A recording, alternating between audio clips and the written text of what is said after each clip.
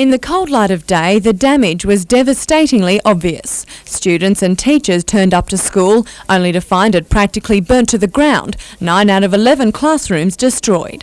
When we arrived, the building was completely involved and the firefighters tried to get inside to start extinguishing the fire, but the fire was up in the ceiling and got back past the firemen, and they had to pull out and start attacking the fire from the outside. It's the third time the school has been hit by fire. A few months ago, an electrical fault sparked a blaze in the canteen and it had only just been refurbished. A second fire just last month was deliberately lit but failed to do any damage.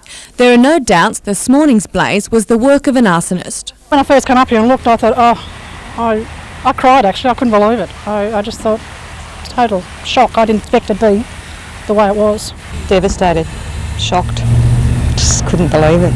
Principal Brendan Daly says it's a heartbreaking blow to the school, losing irreplaceable records and resources, including recently replaced computers and expensive musical instruments. There's a whole beautiful library full of books that's gone, all the work of the children, things like report cards for the end of year have been destroyed. Police forensic officers sifted through what was a storage room where it's believed one of 2 fires was started. It's the latest in a string of school fires in the Hunter, and police are investigating to see if a serial arsonist is operating in the region. We've got nothing to actually link that, but we are looking at that aspect at this point in time. But yet we don't have any hard and fast evidence to link them at this point. A crisis meeting will be held tonight to decide where to place the 180 students for the remaining 8 days of school term. Amanda Bolger, NBN News.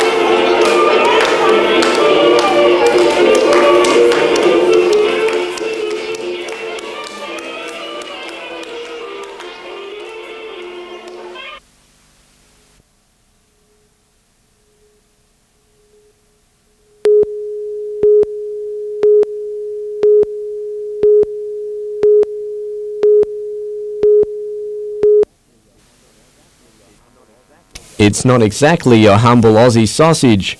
The Torres meat's creation has won gold 2 years in a row in the standard category at the State Awards, and butchers Bob Stanton and Tim Brown are beside themselves. When I got the phone call today, I just couldn't believe it. The second time round was as amazing as the first one.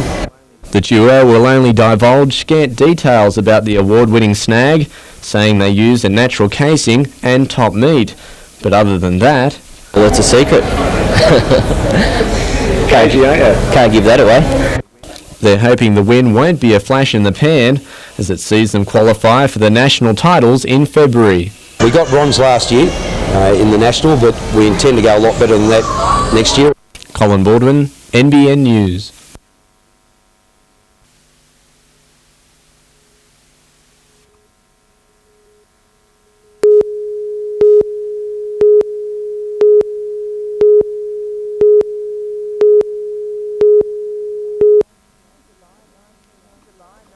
In July 1997, 58-year-old Nolene Anderson was charged with the murder of her third husband, Robert Gross.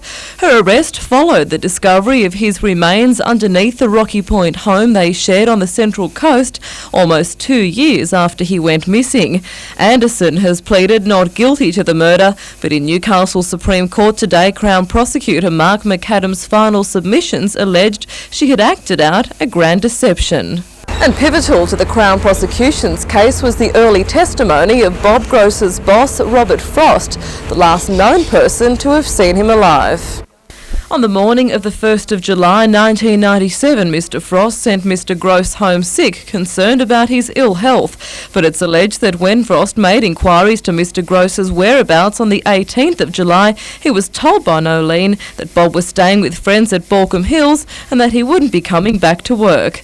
The story was a different one. Nolene was alleged to have told a friend of the couple on the 2nd of July when she said she had dropped him off at the medical centre, but when she returned, he was gone.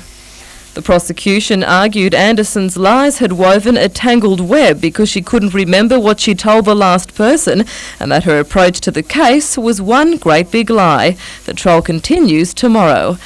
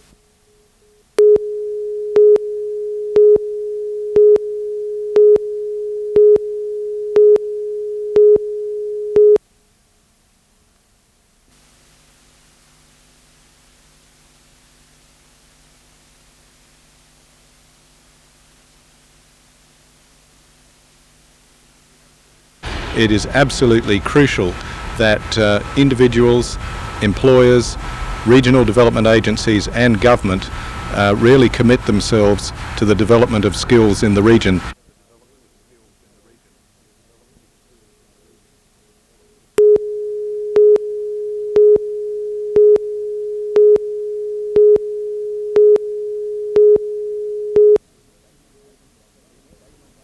This station wagon was heading west along Reservoir Road when it clipped this Camry as it was turning. The driver of the Camry lost control of his car and skidded across an embankment. The car finally came to a rest when it slammed into the side of a house. I heard glass smash. I ran to the room above, looked out the window and I saw this red Camry driving along the grass across there. He hit the tree and he come down the lawn part here and wasn't slowing down. The elderly driver of the Camry was taken to John Hunter Hospital with neck injuries and tonight is in a serious but stable condition. The driver of the Commodore station wagon escaped injury. Meanwhile, a truck driver found himself high and dry in bushland at East Maitland this morning. Travelling west along the New England Highway, the driver of the refrigerated Pantech crossed to the wrong side of the road and crashed into bushland. 8 hours later, the truck was pulled out using a crane, causing brief traffic delays.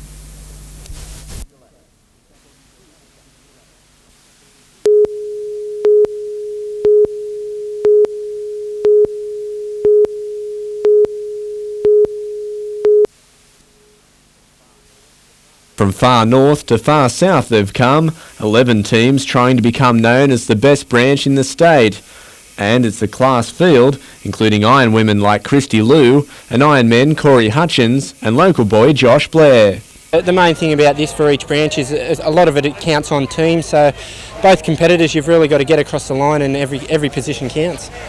While defending champion Sydney is tipped to win the weekend event, for competitors it's about more than just branch rivalry.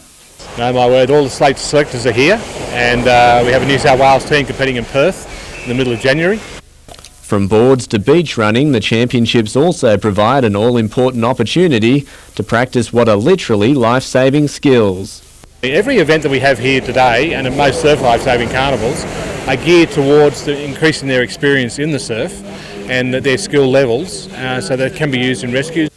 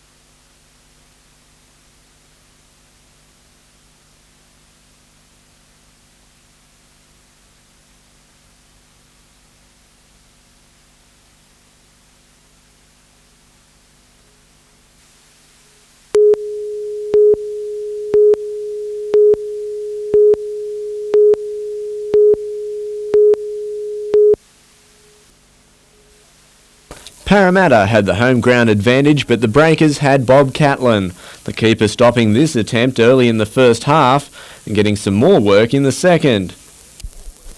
Barring all that, the power was far from dominant, Newcastle hurting the home side on the fast break. Persistence paid off, with Harper and Dodd helping John Bonavolia to his 6th goal of the season.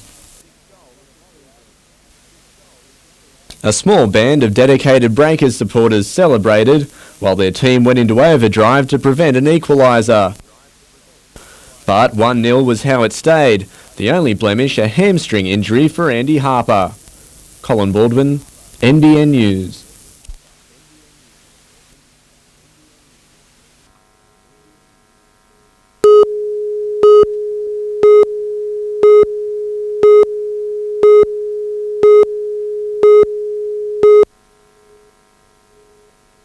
To the community of the Hunter.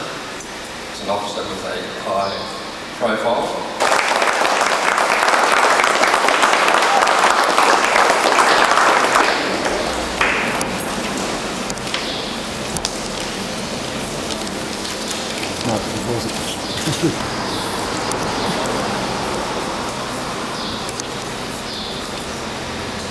He started in 1973 in the Manning area as an ambulance officer. In 1986 was promoted to Station Officer Grade 2. At present, Gary works in the Northern Operations Centre at Charleston.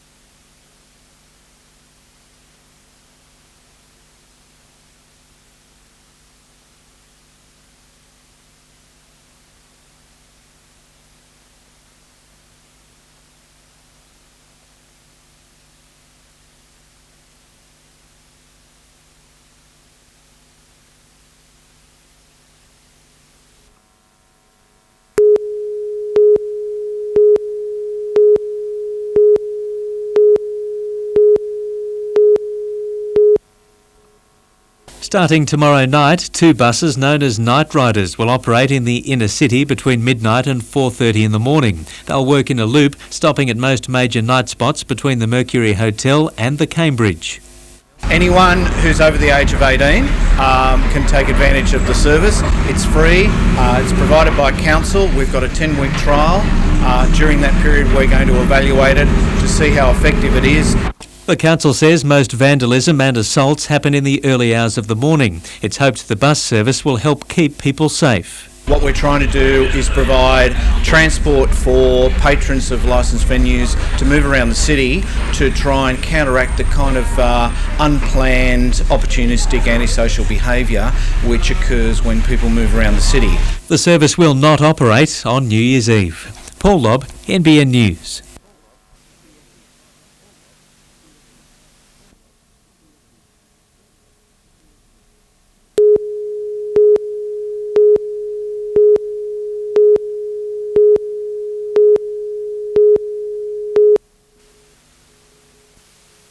Training along the scenic beaches of Newcastle, Margaret Hemsley doesn't spend much time taking in the view. Rather, her sights are set on more cycling success.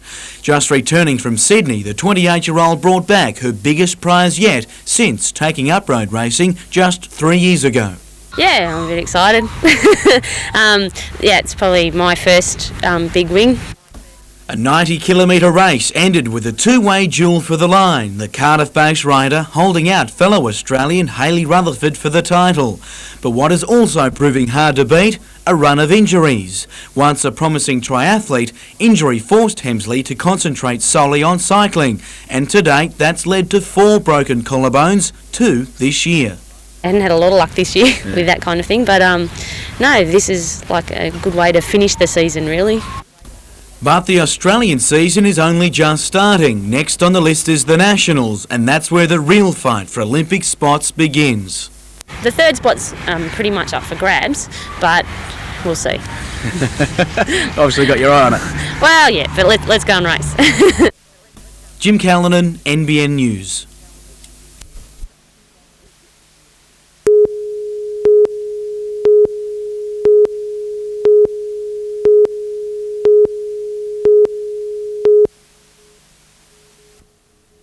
It's not something you hear too much of these days, but Bob Ryan is an old hand at racing trotters. Done the complete show circuit in Queensland a couple of years in the winter, and raced a Newcastle mare, owned by a Newcastle mare called Chastise, which held the record at Harold Park for a long time. But yeah, I've done plenty of it. Aboard the same bike that helped him earn no less than 5 Australian sprint titles in the late 1960s and early 70s, Bob has been in training for his comeback ride. Well, I wouldn't say I was in racing, Nick. I was probably about 10%. Feels a bit awkward. I've been on my road training bike and back on the track bike. It's just a little bit awkward, but I think I'll cope with it okay. His opponent will be a 24-year-old former Newcastle Cup winner in Niagara Sum, but one gets the feeling it might not all be about winning. Perhaps more an event to cheer 2 champions one last time.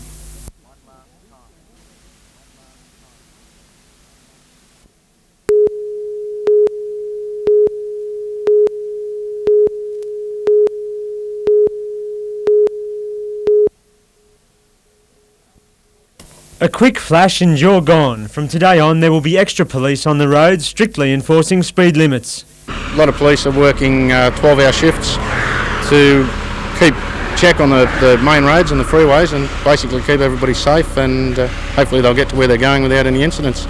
Speed cameras won't be the only traps, but whatever way you're driving over the limit, you are probably lucky if you get caught. If you want to sort of run the risk on that, you may meet one of us, or in worst case scenario, something worse may happen and you may not get to see your family for Christmas. And the message was emphasised at the Largs Hotel, where the question of who's going to drive you home this festive season will be asked as part of a safe transport campaign.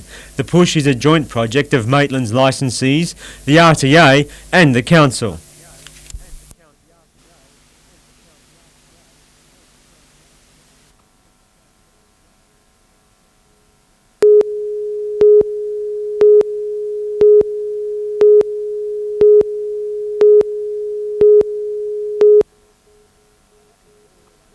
Attracting more blood donors is a problem not easily solved, judging by the empty seats in Newcastle's blood bank.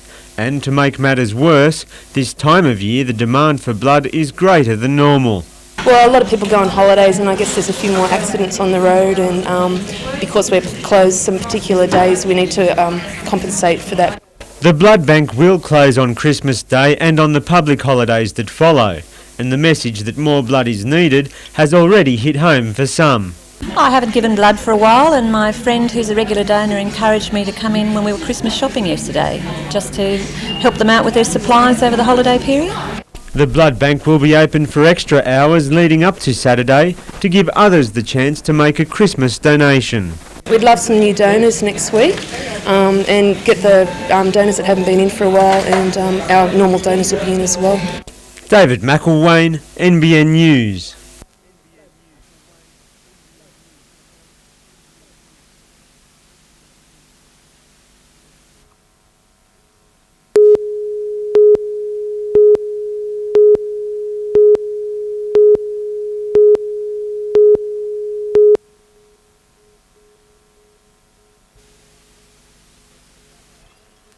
Every Saturday, people flock to the top of Blackbutt Reserve to get rid of everything that can be used again. Visiting the recycling centre can be a family affair, but after Tuesday night, it may become redundant. There's a report going to Council on Tuesday night which will recommend that Newcastle Council take up a curbside service. It will be a separate service, an additional service. Recyclables will be collected at each household. The Lord Mayor is glad that the newly elected council will be making a decision on what has been a contentious issue for Newcastle. No extra fees will be charged. Still, not everyone is looking forward to curbside collection. At the same time, you get a lot of rubbish put into it, and yeah, they're not recycling effectively. And generally speaking, with the amount that I have each weekend, this is a better option for me. The curbside service will be a better service, and the atmosphere that's captured at these drop-off centres, I'm afraid, probably won't be there, but people who want to recycle will be able to do so in a much better way.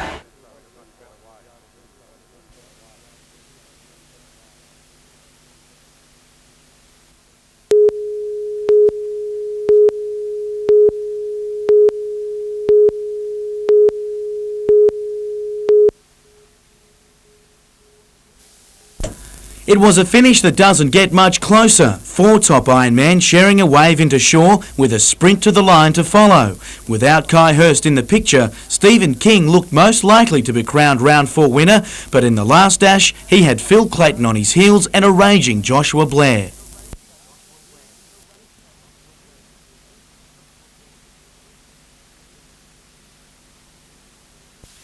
It was Blair's 3rd career win, but probably his most important. It places him 1 point behind the series leader Kai Hurst, who was denied a record 4 consecutive wins. I thought if he got away after Saturday when he won that race, and I thought if he came out and won again on Sunday, it'd make it quite hard to bridge any sort of gap to win the series. Like all the Ironmen this season, Blair has been forced to play second fiddle to Hurst after the teenager won the opening 3 rounds. The win proving the competition is far from a one-horse race. It was bound to happen. I mean, a lot of the guys knew they were going to beat him. It was just a matter of who was going to get up on the day. However, Hurst has still made a stir after finishing 7th yesterday, claiming he was interfered with during swim legs. Tries to put the focus a little bit more back on himself. The next round is in Melbourne early in the new year. Jim Callanan, NBN News.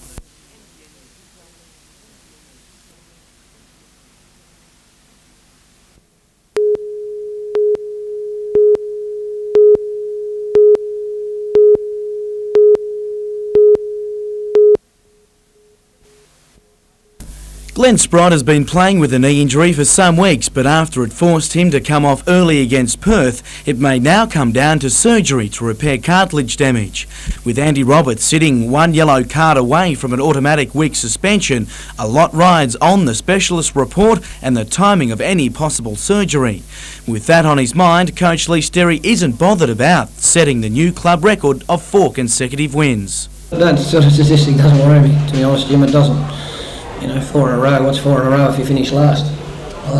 4 in a row means nothing if you finish down the bottom. And we're not even halfway through the season yet, so we're not going to get carried away.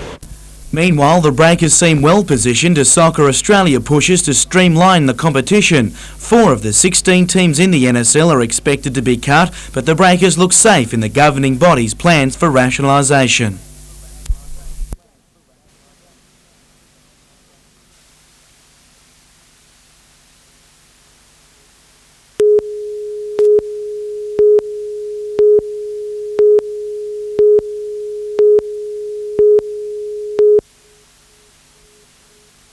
It wasn't all that long ago Rachel McQuillan seriously thought about giving away the game she loves after a tough time on the American, European satellite circuits. It's been a very difficult year, and just so happy that it's starting to turn around a bit. The one-time number 28th ranked player in the world was dwindling around the 200s, unable to even reach the qualifiers for the big events. So she returned home and gave it one last chance on the Australian circuit, and after good performances, including a win in South Australia, Rachel won a wildcard to the Australian Open and improved her ranking. Now I've got a new life ahead of me, and I'm just looking forward to next year. Always happy to be home, Rachel is never far from a court, and neither are her parents, Ted and Jan. However, the time is coming where the 28-year-old may return for good. Just take it year by year, and pretty much know when I've really had enough.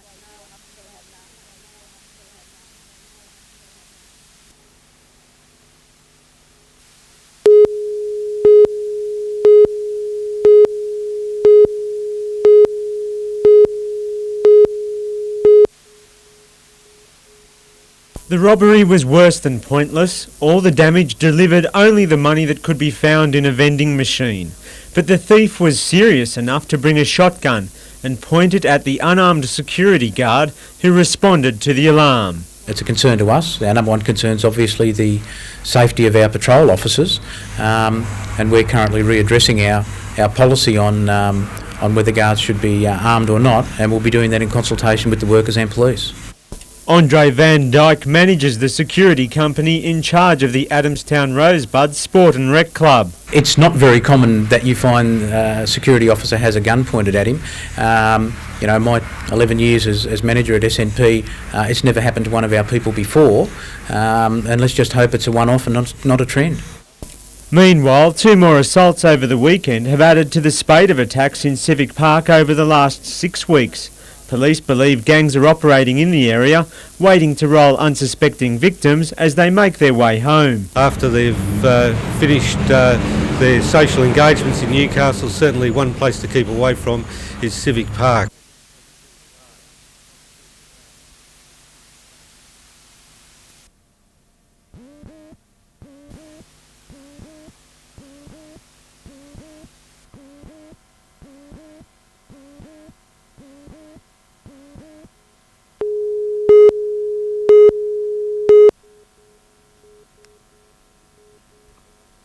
These are the latest images that Lake Macquarie is showing off to the world in a bid to attract tourists for the new millennium.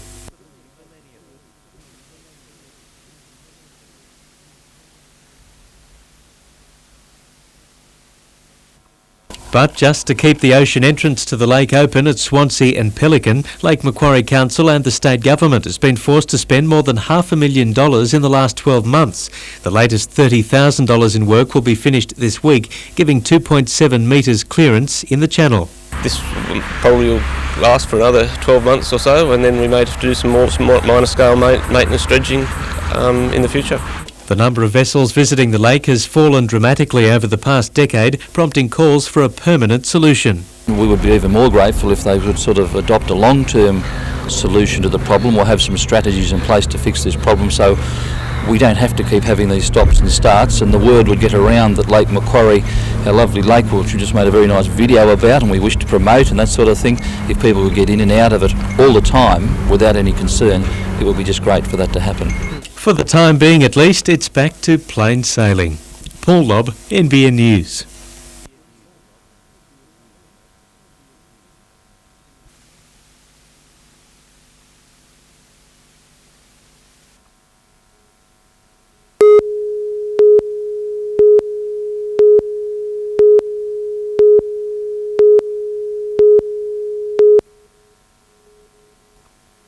You would hardly believe Belinda Clark was captain of a World Championship side. Just days after securing New South Wales its 4th national crown, the Australian skipper was back amongst the grassroots of the sport to pass on tips of the trade. There's a lot of support for girls cricket in Newcastle. They've had a junior comp running for quite some time, and there's a team that plays in the Sydney competition each weekend, so it's a strong area for cricket. But it was still hard to calm down after a breathtaking win in the final. Needing 4 off the last ball to win, 2 wides and determined running saw the Blues home in a thriller. After a short rest, Clark will then lead her Australian team against England and New Zealand, including a match at home in Newcastle. Yeah, it'll be nice to go out on number one again, and hopefully we can manage to knock the Poms over here. Meanwhile, that match in early February will be the last at the number one sports ground this summer, with the pitch square to be dug up. Soil samples have proved the site isn't suitable for creating pitches capable of first-class standard games, so curators will get the chance to start again. With the Sydney Cricket Ground out of action next summer, it's hoped Newcastle may then see the return of touring test sides and other first-class matches.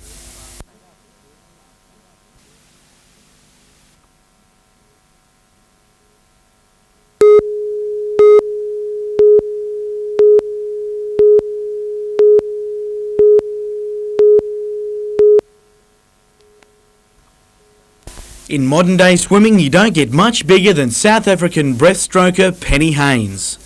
Absolutely, yeah. Penny in her last trip to Australia broke 3 or 4 world records, and if she's in anything like that sort of form, it'll be very exciting. The two-time Atlanta Games gold medalist will join some of Canada's top swimmers who have come out of the country's national base, the University of Calgary National Centre. The team will be training for a week, starting January 4, ahead of the World Cup meets in Hobart and Sydney. It's another feather in the cap for the forum, which continues to attract international attention. It's one of the flow-ons from the Olympics, I think, that people probably didn't see when the Olympics first were announced, was this level of traffic coming through. And it was today confirmed that Sydney Rugby Union club Manly has beaten a host of other teams in the race to sign Newcastle's Jared Heaney. Yeah, I was looking at staying at Newcastle for my rugby career and using Newcastle as a home base. Now it looks like I'm going to have to go to Sydney, so I'll be playing in Manly down there. Heaney will join 3 former Australian under-21 teammates at the Marlins, and while he finishes his apprenticeship this week, the big breakaway will be concentrating on football this season. Well, next year is going to be a solid rugby year. I'll be working part-time, but I'm really going to give rugby a big shot.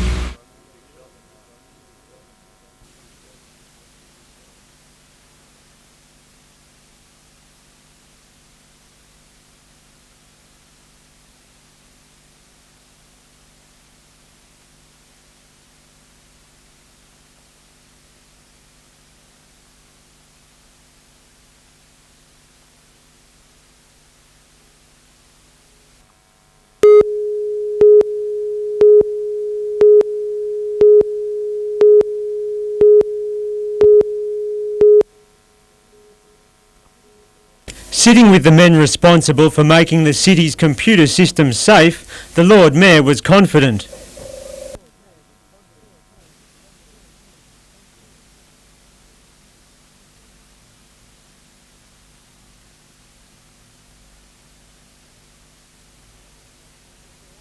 And if there are problems, they will be fixed early in the new millennium. Staff will be checking everything from library catalogues to who owes what rates from January 2nd. On New Year's Eve, extra firemen will be on standby at all stations, but some sound advice in case there is a total communications breakdown. Should there be a fire and a lack of communication within the area, to ensure that somebody does go to the closest fire station and report that there is a fire in that house, and then our own communication system will then respond to people.